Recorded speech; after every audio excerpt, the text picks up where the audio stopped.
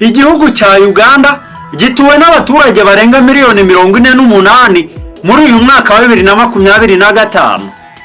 Ni nk'abo u Rwanda ukubye inshuro 3 n'igice, kuko u Rwanda rwo rutuwe n'abaturage miliyoni 14 n'ibihumbi 600. Igihugu cya Uganda gifite ubuso bwa kilometero kare ibihumbi 241, bivuze ko ari nk'u Rwanda ukubye inshuro 9 zose zirengaho gato. Ntabwo ari byo byanzanye, ariko nakwerekaga ko turi mu gihugu cya Uganda, igihugu kiyobowe n'umuntu umwe rukumbi, General Yoweri Kaguta Museveni, imyaka irenga 39 yose kiri mu biganza bye. Kuva ku myaka ye 41 aba perezida kugeza ku myaka 81 y'amavuko, wavuga ko ari umukambwe, nubwo we avuga ko agikomeye kurusha n'abasore bamwe. Tukiri hano, Museveni ubwe yifitiye imyaka 81 y'amavuko, mu gihe umuhungu we Generali Muhoozi Kainerugaba akaba n'umugaba mukuru w'ingabo za Uganda UPDF afite imyaka 51 y'amavuko. Naho ku rundi ruhande, umugabo ukunzwe na rubanda nyamwinshi akaba umusivili ushaka kuba perezida wa Uganda afite imyaka 43 y'amavuko. Ubundi dutangira, wakwibaza ngo ese Bobi Wine cyangwa Robert Kyagulanyi ashobora gutsinda Museveni? Mu by'ukuri, mu buryo bw'amajwi gusa cyangwa popular vote birashoboka cyane, ndetse yanagira 80% by'amajwi, kuko afite urubyiruko rwinshi rumushyigikiye, cyane cyane mu mijyi nka Kampala, Wakiso n'ahandi hose hari abaturage bashaka impinduka, baramukunda cyane. Naho mu buryo bwa politike nk'umukino w'amayeri ahambaye cyane, biragoye cyane kuko Museveni ari nawe perezida wa Uganda ubu, afite ububasha bukomeye haba mu gisirikare, mu nzego z'umutekano, mu nkiko ndetse n'inzego z'amatora Electoral Commission zigaragara nk'izimukorera ubwe ku giti cye. Ibi byanatumye mu matora ya 2021 Bobi Wine avuga ko yatsinze, ariko ibyavuye mu matora byemeza Museveni nka perezida wa Uganda, kandi bibimpamo. Ibi bivuze ko gutsinda mu matora ku rupapuro bifite itandukaniro rikomeye cyane no gutsinda ukaba perezida mu by'ukuri, mu buryo bw'ukuri, kubera ububasha bwa Museveni bukomeye.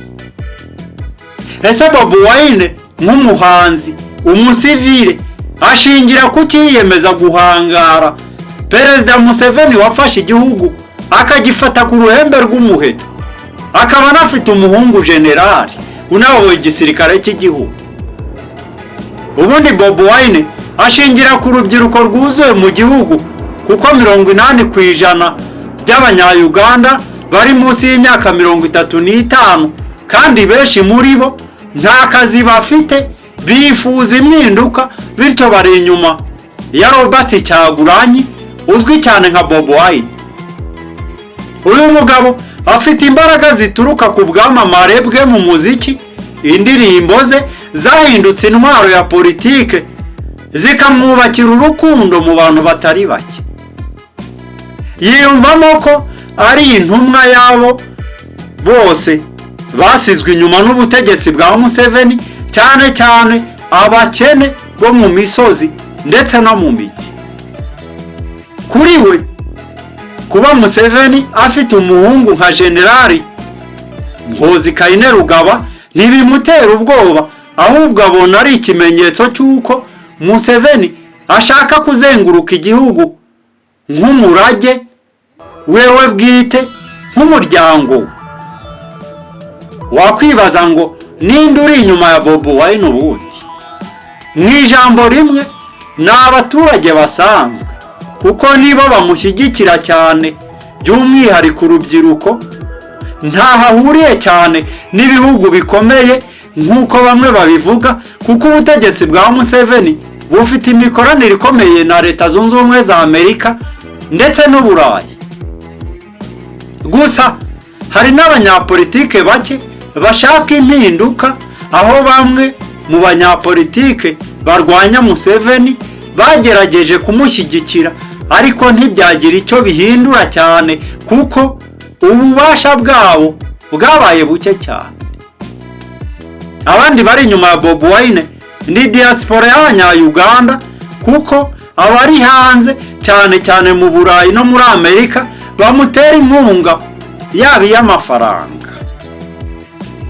Bobi Wine ntacyo ashingiyeho gikomeye nk'ibihugu bikomeye cyangwa ingabo zikomeye, ahubwo yishingikiriza ku bushake bw'abaturage, kuko nk'uko anabivuga baramukunda cyane birenze ukundi wese muri Uganda, niyo mpamvu bamwe ari we bita perezida. None se ni bande bamutera guhora hatana ngo abe perezida?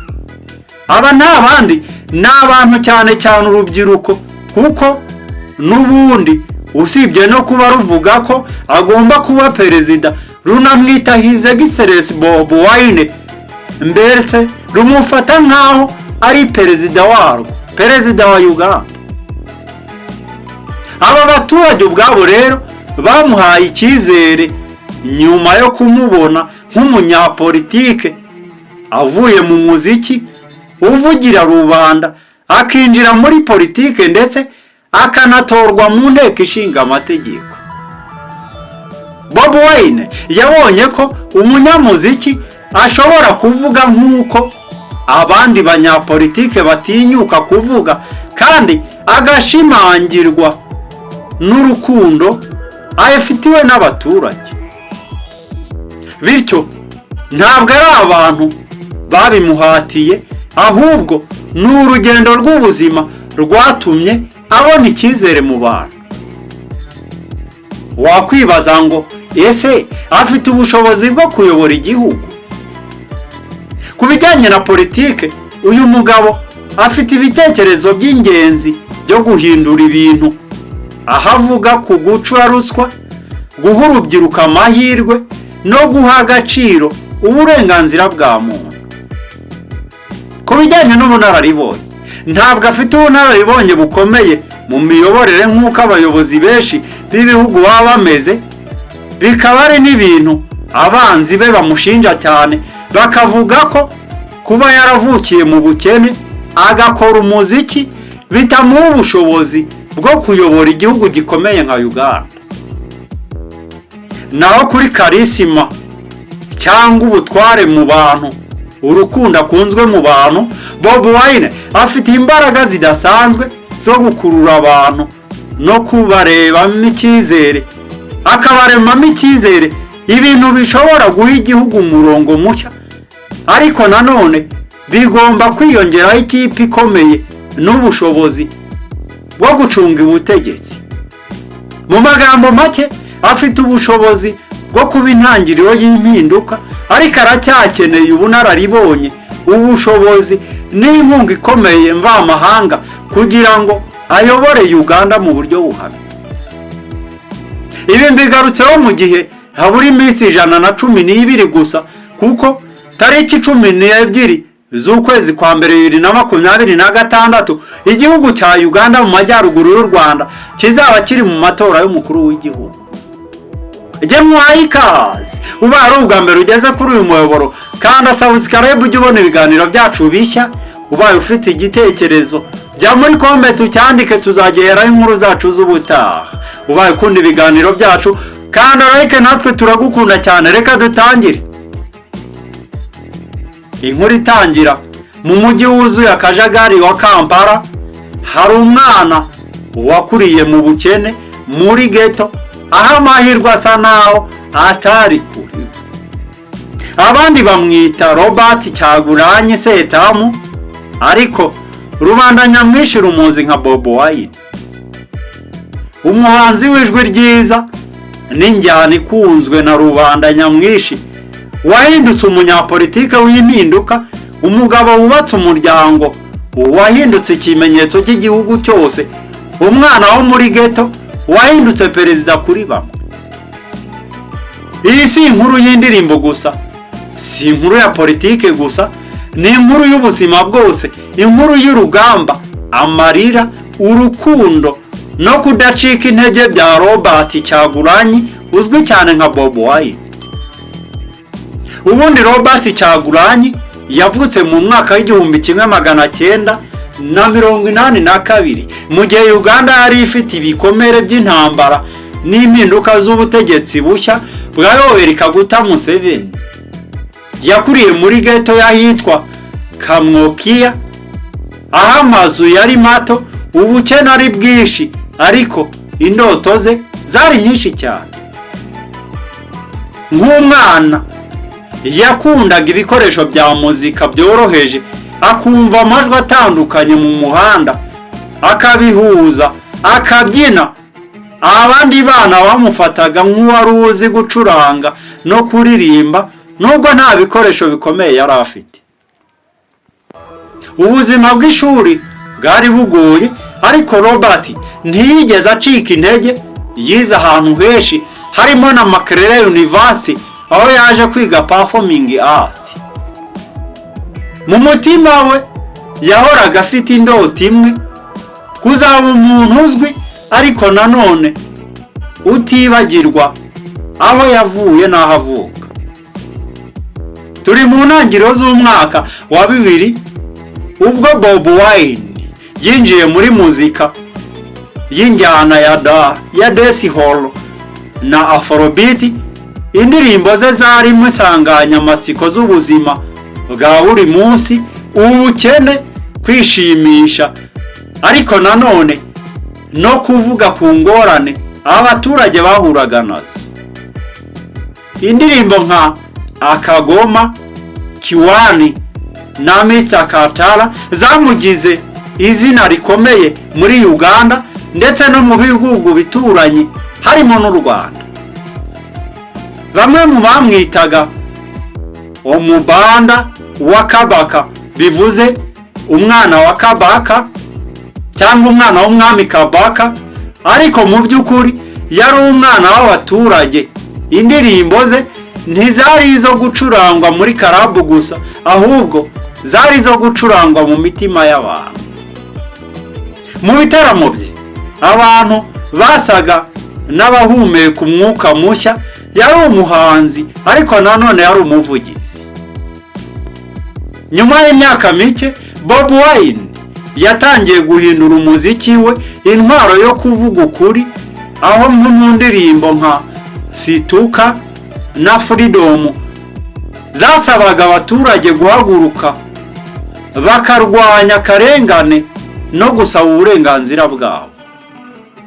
Muri iki gihe abantu batangiye kumubona nk'umuhanzi w'ukuri, utinyuka kuvuga ibihari abandi batavuga, ariko ibyo byamuteye ikibazo gikomeye cyo kwibasirwa n'ubutegetsi bwa Museveni. Ariko we ntiyigeze yicecekera. Yaravuze ati, umuhanzi udasubiza ikibazo cy'abantu be si umuhanzi, ahubwo umuhanzi agomba kuba ijwi rya rubanda ndetse akaba n'ijwi ry'imbabare. Mu 2017 Bobi Wine yinjiye mu matora y'abadepite, anatorwa nka depite uhagarariye akarere ka Kiyadondo East. Byabanje gufatwa nkaho ari inzozi zidashoboka umuhanzi w'indirimbo zo muri ghetto ukuntu yaba intumwa ya rubanda. Ariko abaturage baramwemeye, yaratsinze, atsinda amatora ku majwi menshi cyane.